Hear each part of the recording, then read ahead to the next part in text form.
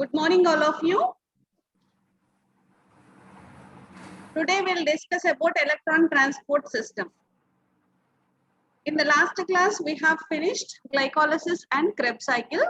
And in respiration, this is the third most important step we need to discuss, that is electron transport system. Am I audible, sir?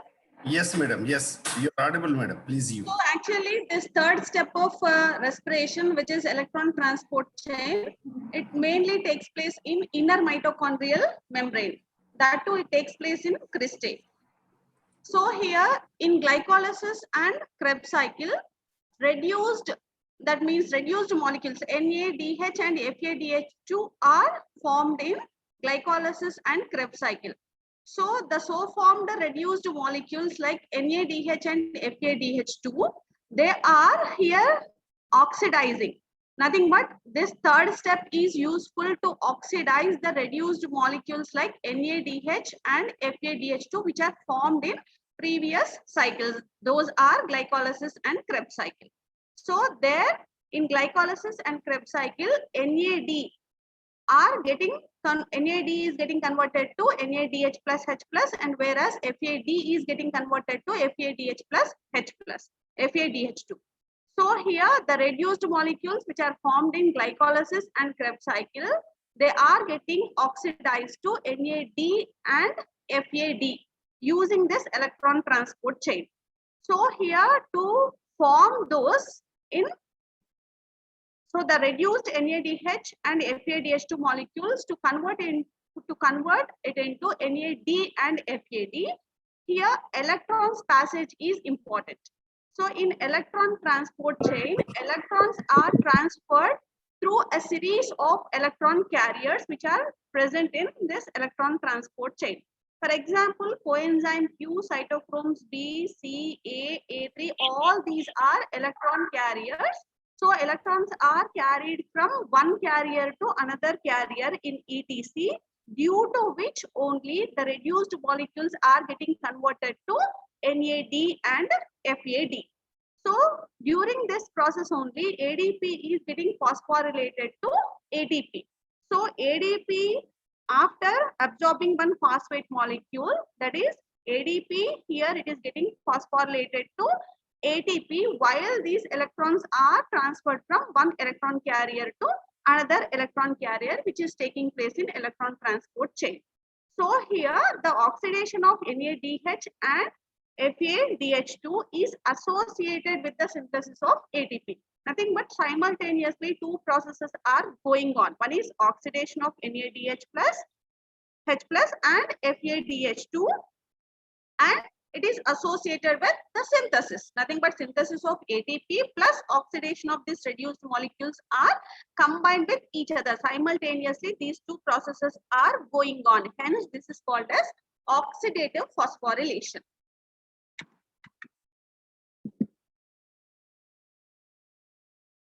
So here, this electron transport chain is a series of protein complexes. As I have told you, many transfer of electrons are taking place from one electron donor to another electron acceptor. So here electron donors and electron acceptors are present. Here nothing but while electrons are transferred from one electron carrier to another carrier, this I have mentioned here as transfer of electrons are going on from one protein complex to another protein complex. That is simply electron passage is taking place in electron transport chain, during which only transfer of protons across the membrane is taking place. So simultaneously electron transfer is going on, as well as transfer of protons is also taking place across the membrane. So these two processes are coupled with each other. So while flow of electrons through electron transport chain is going on, energy is produced. So this is exergonic process. So here the energy from the redox reactions create electrochemical proton gradient. As we have discussed, these two processes are coupled. Nothing but the transfer of electrons as well as here a transfer of protons across the membrane. So due to which electrochemical proton gradient is produced. This is driving the synthesis of ATP, where it uses enzyme called as ATP synthase. So here we need to concentrate about aerobic respiration and the difference between aerobic and anaerobic. Coming to this aerobic respiration, here flow of electrons terminates with molecular oxygen. So the last molecule which accepts electrons is molecular oxygen in aerobic respiration, whereas coming to this anaerobic respiration, the terminal electron acceptor is sulfate or nitrate or sulfur. So here the final electron acceptor is different in aerobic respiration and in anaerobic respiration, that we need to concentrate. And here in eukaryotic organisms, the electron transport chain and the site of oxidative phosphorylation. This we have discussed. Two processes are simultaneously going on. One is the passage of electrons from one carrier to another carrier, that is electron transport chain, and the synthesis of ATP, that is oxidative phosphorylation. So these two are taking place on the inner mitochondrial membrane itself.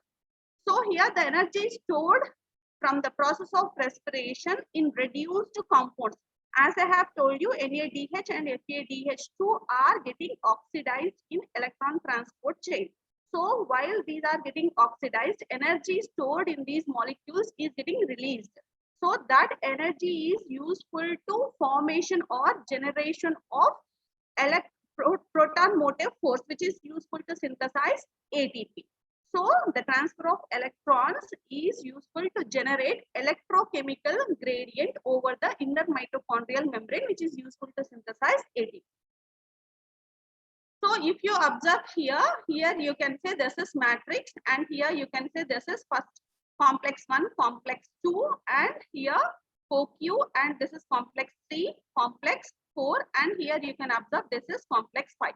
One by one we'll discuss about these complexes which are present in inner mitochondrial, which are present on the inner mitochondrial membrane. So here the passage of electrons between donor and acceptor releases energy. As I have told you, here the passage of electrons from one carrier to another carrier is important to release energy, which is used to generate proton gradient, and that proton gradient is useful to synthesize ATP with the help of oxidative phosphorylation. So coming to this complex 1, this is called as NADH coenzyme Q reductase, which is useful to pass electrons from reduced molecule, that is nicotinamide adenine dinucleotide. Here this acts as electron carrier. So here electrons from NADH, they are getting transferred from NADH to coenzyme Q, which can be called as ubiquinone. So electrons are received from NADH molecule by coenzyme Q. So in this complex 1, what is happening means electrons are simply transferred from reduced molecule, reduced carrier, that is Krebs cycle electron carrier, that is NADH, to coenzyme Q. So here this coenzyme Q not only accepts electrons from complex 1, but also it accepts electrons, or it receives electrons also from complex 2, that is called as succinate dehydrogenase, which is labeled as complex 2. So coenzyme Q accepts electrons from both complex 1 and complex 2. So here Q passes electrons after receiving electrons from complex 1 and complex 2. It passes electrons to complex 3. Here this complex can be called as cytochrome B7 complex, or it can be labeled as 3. So which passes electrons from complex 3 to cytochrome C. So here cytochrome C then passes electrons to complex 4. So from 1 and 2, coenzyme Q is accepting electrons, and from Q electrons are transferred to complex 3, and from complex 3 electrons are transferred to cytochrome C. Then from cytochrome C electrons are transferred to complex 4. This complex 4 can be called as cytochrome C oxidase. So which uses electrons as well as hydrogen ions to reduce molecular oxygen to water. As I have told you, terminal electron acceptor in aerobic respiration is molecular oxygen, which accepts electrons as well as hydrogen ions to convert it into water. So here coming to this complex one, how many electrons are removed means 2 electrons are removed from reduced molecule, that is NADH. So in complex one, what is happening means 2 electrons are removed from NADH molecule, which is formed in Krebs cycle as well as in glycolysis. We can also see this NADH plus H plus reduced molecule. So that from that reduced molecule, 2 electrons are removed and they are transferred to lipid soluble carrier called as ubiquinone. So here this ubiquinone, after accepting electron, it gets reduced. Hence here I have mentioned ubiquinol. So after accepting electrons from complex 1, and it also accepts electrons from complex 2 as I have told you. So after accepting electrons, it gets reduced and called as then ubiquinol, QH2. So it freely diffuses within the membrane, and complex 1 translocates 4 protons across the membrane, thus producing proton gradients. So as I have told you, while electrons are getting transferred from one carrier to another carrier, protons are getting transferred across the membrane. So here the translocation of protons is happening. So 4 protons are getting translocated across the membrane. Due to this translocation only, production of proton gradient is taking place. So here the complex 1 is one of the main sites at which premature electron leakage takes place to the oxygen molecule, due to which production of superoxide takes place.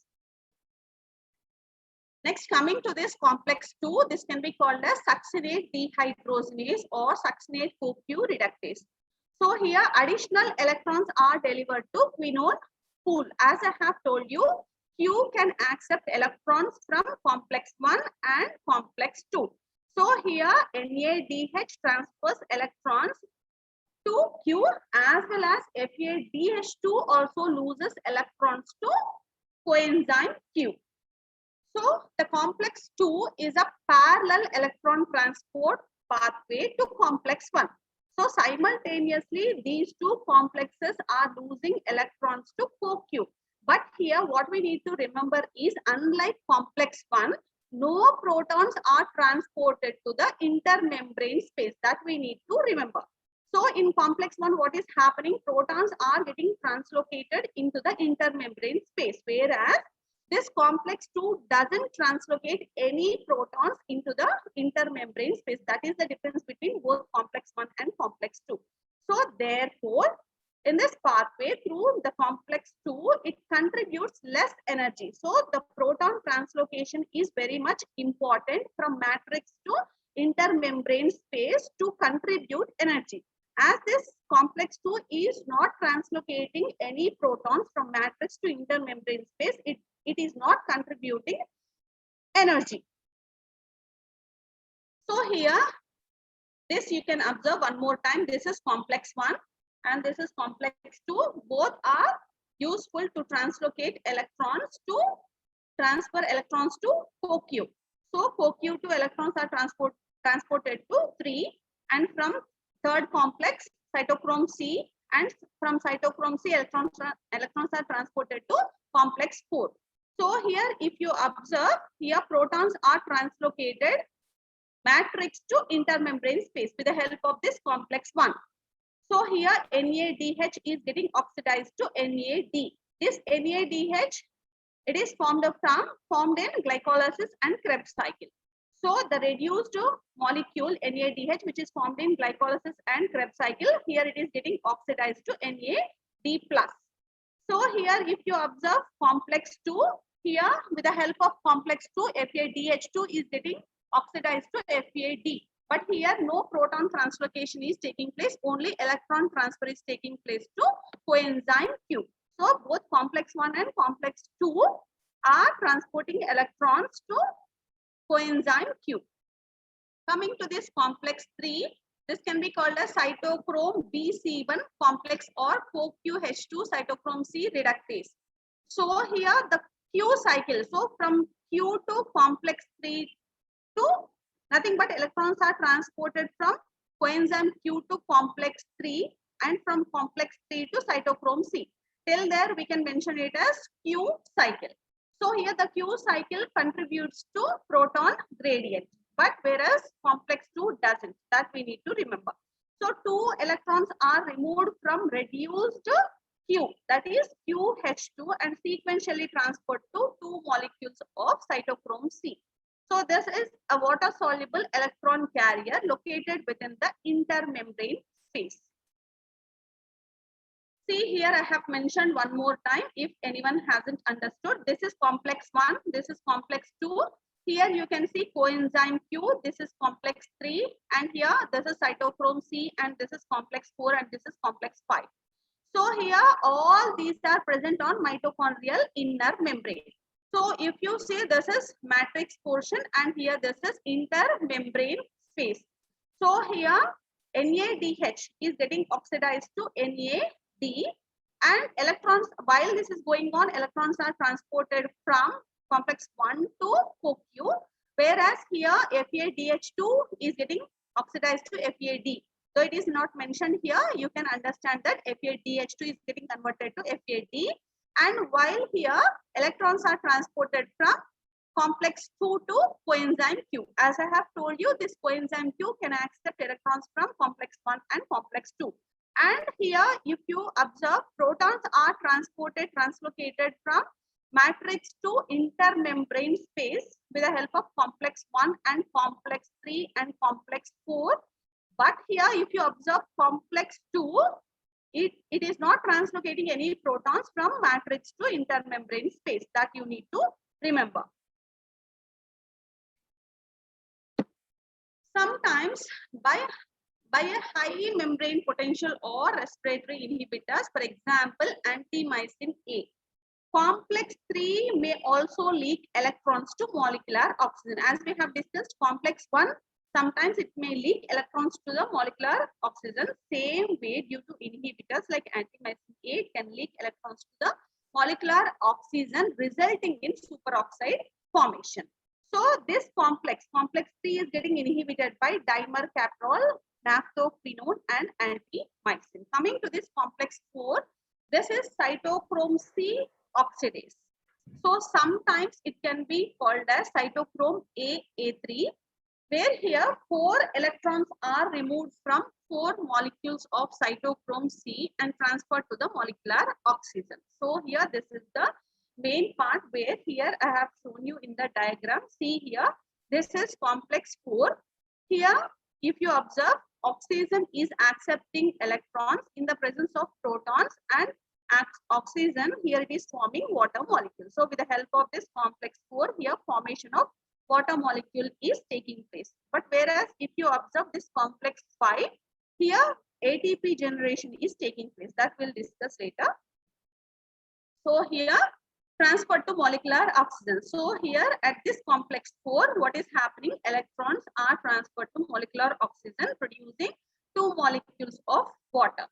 So here this complex can consist of copper ions as well as several heme groups. And coming to this inhibitor, cyanide acts as inhibitor of this complex 4. So overall, if we concentrate, for each pair of electrons transferred to oxygen, here I have mentioned oxygen because here I am talking about aerobic respiration. If I am talking about anaerobic respiration, here I need to mention sulfate, nitrate, etc. So here I have mentioned oxygen, I am talking about aerobic respiration. So for each pair of electrons transferred from first complex to last terminal electron acceptor, that is oxygen, 4 protons are pumped out by complex 1 and 4 protons are pumped out by complex 3, whereas 2 protons are pumped out by complex 4. As I have told you, second complex doesn't translocate any of the protons. So complex 1, complex 3 and complex 4, but the number is different. 4 protons are pumped out by complex 1, 4 protons are pumped out by complex 3, whereas 2 protons are pumped out by complex 4.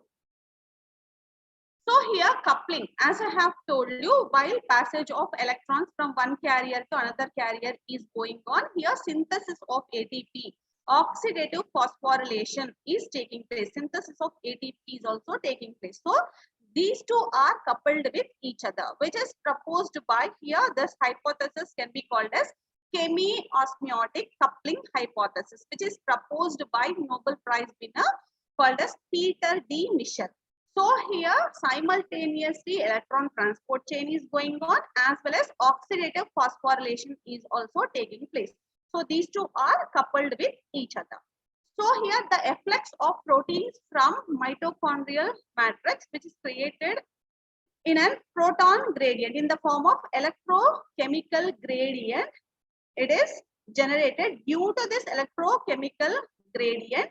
This is generated due to the transportation of electrons. Due to the transportation of electrons, efflux of proteins is taking place, due to which electrochemical gradient is generated, that is called as proton gradient, due to which only ATP synthesis is taking place, for which it is using ATP synthase complex. So it can also be called as, it consists of F0, F1 subunit, hence we can call it as F0, F1 ATP synthase complex. So here ATP synthase is sometimes described as complex 5, as I have shown you in the diagram.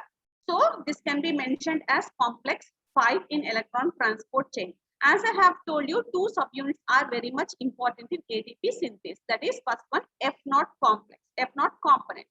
So this acts as ion channel, nothing but which is useful for proton flux back into the mitochondrial matrix. I'll show you the diagram.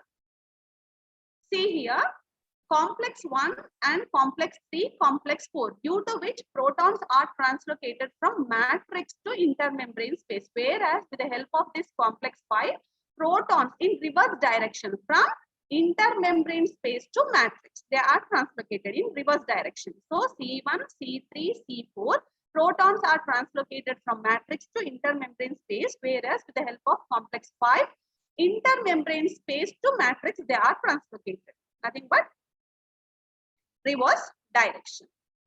So this is to equalize the distribution.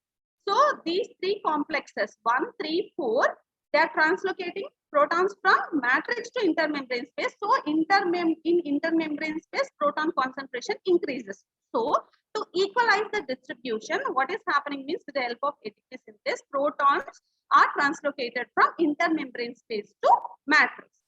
So during which only F1 component, which is useful for ATP synthesis. ATP synthase F0 component acts as ion channel to flux back protons from intermembrane space to matrix, whereas actual synthesis, ATP synthesis is done by F1 component.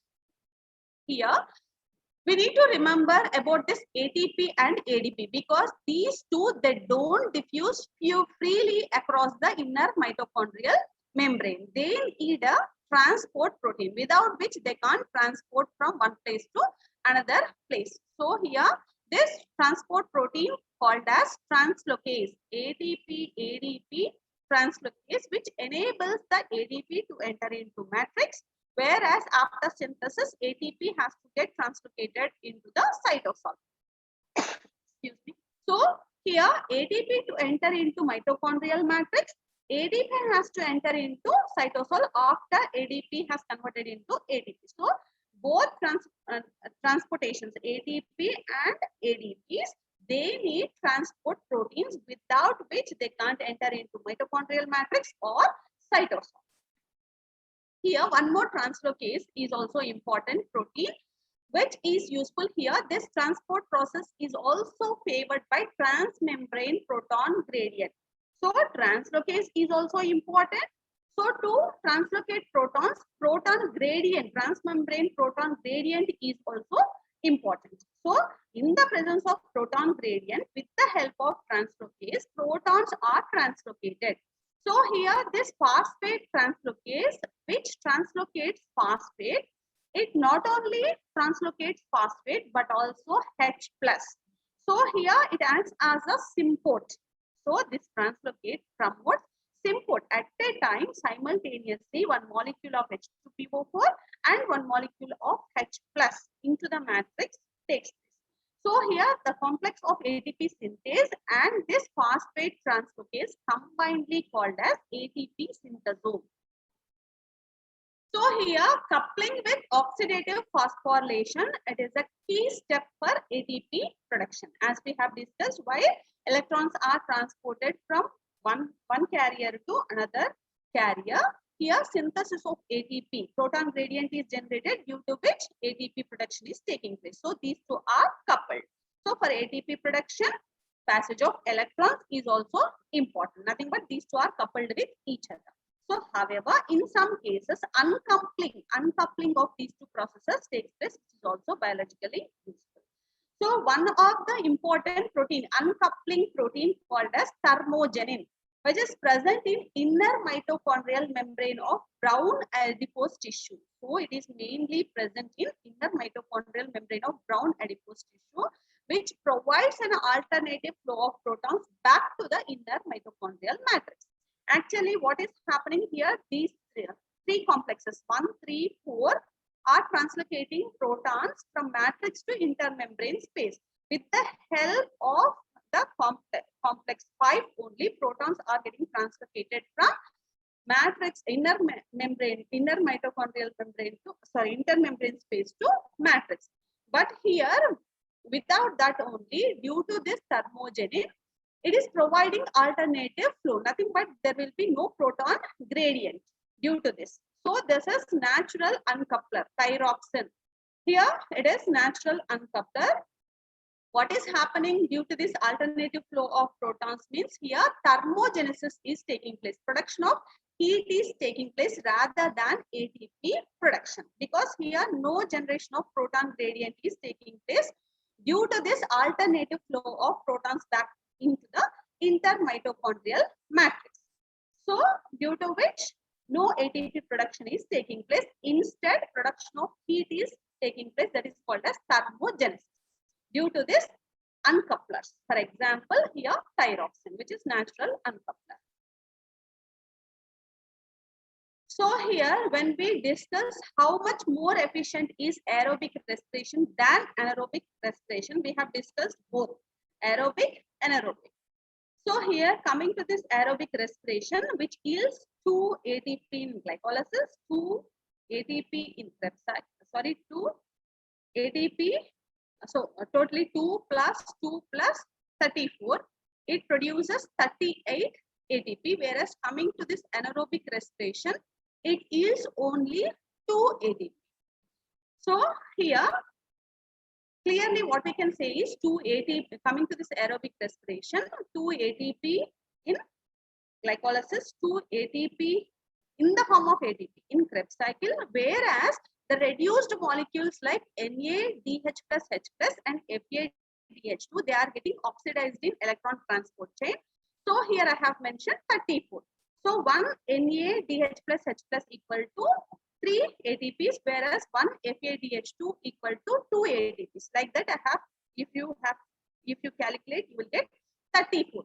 So 2 plus 34, combinedly 38 ATPs are formed in aerobic respiration, whereas in anaerobic respiration, only 2 ATP molecules are produced. So 38 is to 2 when we compare these two. So the bottom line is aerobic respiration is more efficient. So significance of respiration, it releases energy which is consumed in various metabolic processes essential for plant life. Nothing but respiration is very much important to produce energy, and also it liberates carbon in the form of carbon dioxide. So it plays a role in balancing of carbon cycle. It maintains the balance of carbon cycle. Coming to this cyanide resistant respiration, here in higher plants, the activities of cytochrome oxidase are inhibited in the presence of cyanide. As we have discussed, cyanide can be the inhibitor of this electron transport chain. Mostly complex 4 gets inhibited by this cyanide. So under this circumstances, another alternate oxidase becomes functional. that is called as cyanide resistant oxidase. So this is alternate route, so which deviates the electron transportation from ubiquinone. So here what is happening is electrons are transferred from ubiquinone to alternate oxidase, and finally electrons are accepted by terminal electron acceptor, that is oxygen, due to which normally water molecule is formed in aerobic respiration. So here when normal electron passage is going on, but here when alternate oxidase becomes functional, here instead of water molecule, hydrogen peroxide is formed.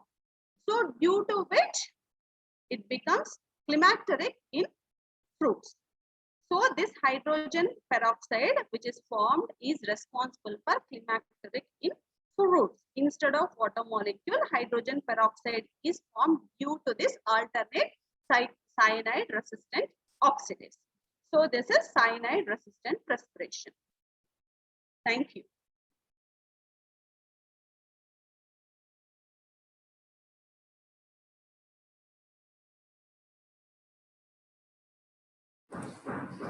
Madam, thank you very much. My dear participants, if you have any doubt, please ask our respected Tirumala Madam Garu. Any doubt? No doubt? No, sir. Okay, very good. Madam, thank you very much. Your excellent session we hear, and I very thankful to you, madam, because I am also learned so many new important issues, but myself I have a doubt, madam. Sir. Some of the books, the final ATPs, the 36, some of the books, they are in after aerobic respiration, 36 ATPs. But some of the books in zoology books, 38 ATPs is there. In Telugu Academy, in botany books, 36 ATPs are there. So which right answer is a confusion. Yes, sir. Actually, we need to consider 38 ATP, sir. But why they are mentioning 36 means complete ATP molecule, they are not calculating, sir. If they calculate complete means it comes around 36 only. But that small portion, if we don't consider, we can calculate it as 38. Because when we concentrate about glycolysis, when we concentrate about Krebs cycle, when we concentrate about ETC, we can't say half of ATP.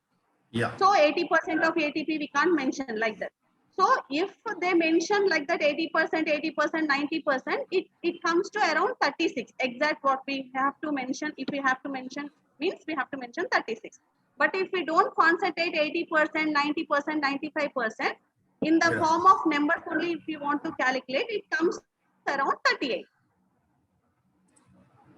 So is in the competitive exams students, so which one is the right answer students they are asking? So, yes, sir. In most of the books, it is mentioned. That point I have gone through, sir. In most of the books, it is mentioned. In referred books also, it is mentioned 38. So if they opt for 38, it would be good. Right, madam. Right. Thank you very much, madam. Thank you, sir. Participants, remember the final ATP, the result of aerobic respiration, 38 ATPs, you must put the answer in all competitive exams. Is it right, madam? Yes, sir. Yeah. Thank you. If they have answer only 36, then they need to mention 36. If they have answer 36 and 38, they need not to get confused. They can mention 38. Okay, madam. If they won't give answer 38, only 36 is there, no problem. You put the answer 36, the final amount of the ATPs. So the balance sheet of the final ATPs, you put the right answer 36. If 38 is not there, if 36 and 38 both are there, you should put the answer 38. In some books, sir, I need to add a point. In some books, it is mentioned that the ATPs they have concentrating only on Krebs cycle. Here, Yeah. I have split those ATPs. Some ATPs, 2 ATPs I have mentioned in glycolysis. 2 ATPs I have mentioned only. I am concentrating on GTPs which are formed in Krebs cycle. Yeah. So I have But- mentioned 2. And the reduced molecules which are formed in glycolysis, they are NADH plus H plus, which are Yes, sir. formed in both glycolysis and Krebs cycle. Whereas we can see FADH2 in Krebs cycle also. So the formed reduced molecules NADH plus H plus and the FADH2 in the form of ATP molecules I have mentioned in ETC. Because the reduced molecules are getting oxidized in ETP, hence I have ETC, hence I have mentioned in ETC only, sir. So the ATP production I have mentioned in ETC, that is 34. Why? Because the reduced molecules which are formed in glycolysis and Krebs cycle are getting oxidized in ETC. In some books, it is mentioned glycolysis as well as Krebs cycle, not in Krebs ETC. Krebs cycle. Okay, madam. Thank you very much. Madam, tomorrow is there any madam, for our class? I will let you know, sir. Okay, madam. Thank you very much. All the participants. This is also this YouTube link in our WhatsApp group. Thank you very much, madam. I will stop here.